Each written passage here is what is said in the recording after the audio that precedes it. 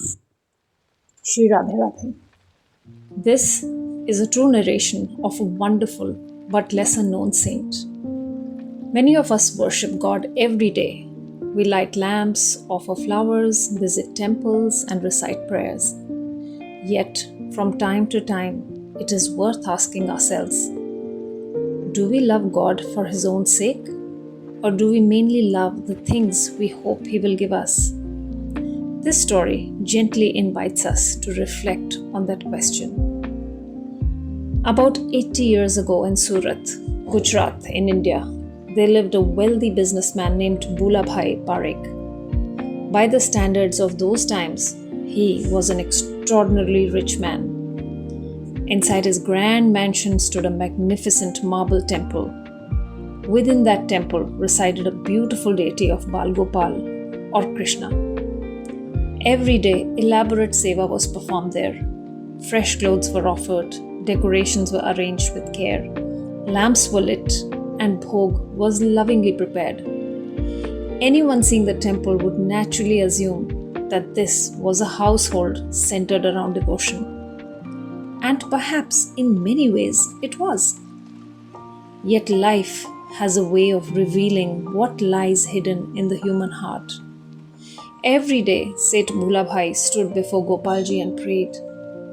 Most of his prayers revolved around the well-being of his family, the success of his business, the growth of his wealth, and the fulfillment of his worldly hopes and desires. There's nothing unusual about this. Most of us pray in this same way. When difficulties arise, we turn towards God. When we are afraid, we seek His protection. When life becomes uncertain, we ask Him to arrange events according to our wishes. Perhaps very few of us begin our spiritual journey by seeking God alone. As fate would have it, Seth Bhulabhai's wife became seriously ill. Doctors attended to her and informed him that her condition was grave. But Seth Bhulabhai remained confident. There is nothing to worry about, he said. I pray to Gopalji every day. God will answer my prayers. And so he prayed with even greater intensity. Day after day, he stood before Bal Gopal. Night after night, he pleaded for his wife's recovery. Yet her condition continued to deteriorate. Whenever the doctors expressed concern, he found it difficult to accept. How can this happen, he would say. I have been praying for so long. My prayers should not go unanswered. Seth Bhulabhai had an 8-year-old son. To educate him, he had employed a young tutor named Amal. Amal was a postgraduate, an excellent teacher, and a man of remarkable character. His widowed mother lived in Navadvip and depended entirely upon him for support. He himself was poor and lived in a small rented room containing just the bare necessities of life. This teaching position was his only source of livelihood. It was in search of work that he had travelled all the way from Navadvip to Surat. Interestingly, the name Amal means pure and stainless. And those who knew him felt that his character reflected his name. He was gentle, humble, soft-spoken, honest, and exceptionally kind-hearted. Yet, there was one surprising thing about him. He had never developed any relationship or any idea about God. He neither rejected the divine nor actively sought it. Questions of faith simply had not awakened within him. One day, Seth Bhulabhai approached Amal and requested him to pray for his wife's recovery. Although he was confident in his own prayers, somewhere within him, he felt that God might listen to the innocent-hearted Amal. But Amal was a deeply honest man. He replied respectfully, Sethji, I am not even certain that God exists. I do not know whom I am praying to. So how can I offer such a prayer? It would not be a genuine prayer. I am probably the wrong person to ask. Seth Bholabhai was displeased by this answer, but he said nothing. He continued spending the entire night before Gopalji, pleading for his wife's life. He loved her deeply. He was attached to her immensely. But despite all his prayers, the inevitable happened. The very next day, she passed away. Her death shook him profoundly. And perhaps this is where devotion is tested most deeply. Not when life unfolds according to our wishes, but when it does not. It is easy to bow before God when everything is going well. It is much harder to continue bowing when the heart is broken. Seth Bholabhai found himself unable to accept what had happened. Overwhelmed by grief and anger, he nearly lost his sanity. In a fit of rage, he picked up the beloved idol of Bal Gopal from the temple and threw it into a garbage bin outside. It was the same Bal Gopal who had been worshipped there for years. The same deity before whom lamps had been lit, garlands been offered, and countless prayers had been spoken. For years, Gopalji had stood at the center of the household's worship. Now he lay discarded outside on a heap of rubbish. The incident is painful to hear. Yet perhaps it reveals something about the human condition. Sometimes we imagine that faith means believing that God will always give us what we ask for. But genuine faith may begin only when we continue to trust Him, even when we do not understand His decisions. Not satisfied with this, Seth Bholabhai turned his anger towards Amal. "You refuse to pray," he shouted. In his grief and frustration, he dismissed Amal from the service and ordered him to leave. "I will find a better tutor," he declared. There was little Amal could do. Quietly accepting his fate, he left. As he passed the garbage bin outside the house, his eyes fell upon the discarded idol. He stopped. For a few moments, he simply stood there, looking at the beautiful form of Bal Gopal lying amid the dust and refuse.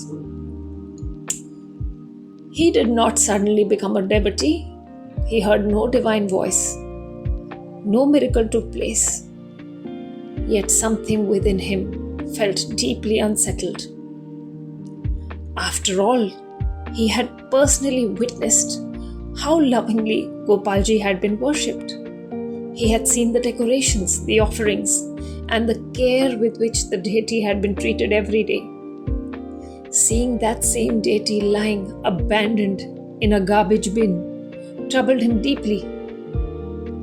A thought arose within him. This was Bal Gopal, the beloved child of Mother Yashoda, pampered by her, worshipped by so many with affection and reverence. Even if one did not know whether God truly resided within the idol, this treatment simply did not seem right. It is a curious thing. Amal was not sure whether God existed. Yet he found himself worrying about God's feelings. Perhaps compassion had spoken before philosophy ever had the chance to. Perhaps the heart sometimes sees what the mind has not yet understood. Another feeling arose within him as well. He himself had just been turned away, and now this little deity had been discarded too. In some quiet way, the sight touched him. Besides, the idol was extraordinarily beautiful. Unable to leave it there, Amal gently picked it up and carried it back to his small rented home. The room was simple and contained just the bare necessities. Yet, one cannot help but wonder whether that humble room was richer than the mansion from which Gopalji had just departed. For God has never been particularly concerned with marble wealth or grandeur. Again and again, he seems drawn towards sincerity. When Amal arrived home, he found that an old friend had come to visit from Kolkata. It was none other than Asit Babu, about whom you will hear when we speak about the life story of Sati Mata. Asit Babu was a gifted singer, a literary scholar, and above all, a very sincere devotee. He had come to Surat to attend a conference and had decided to visit his old friend.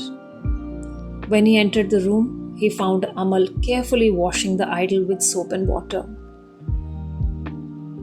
Seeing this, he laughed warmly. "My dear friend," he said, "what is this? Have you become a great devotee in my absence?" Amal smiled and took him through the whole story that had just taken place. Then he replied to his question. "Asit, it is not the case. I brought this idol home because it is beautiful and because I felt sorry for it. I don't know whether God exists or not. I neither believe nor disbelieve. The truth is, I simply do not know. But someone who was worshipped with such reverence until yesterday should not have been thrown into a garbage bin today.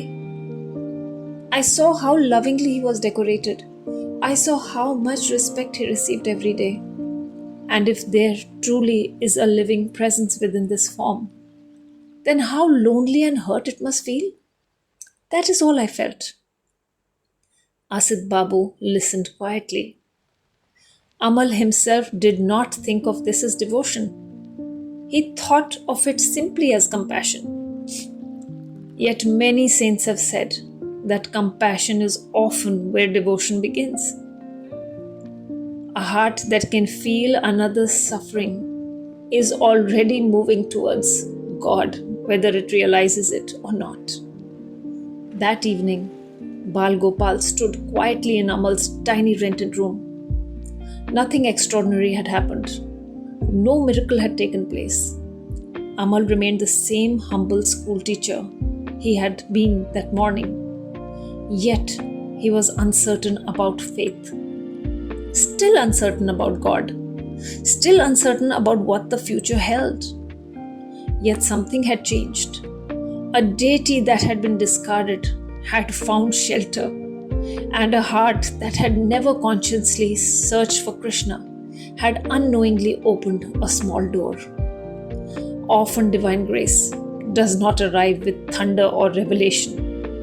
It enters quietly, through a moment of kindness, through an act of compassion, through a heart that cannot bear to see another abandoned. As Amal looked upon the small form of Bal Gopal that evening, he could not have imagined how deeply this simple act would shape the rest of his life. But perhaps that is how Krishna often works.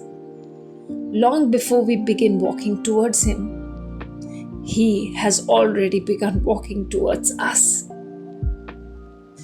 May Shri Krishna grant us hearts that are gentle enough to feel his presence and simple enough to welcome him when he comes. We shall continue the story. Shri Radhe Radhe.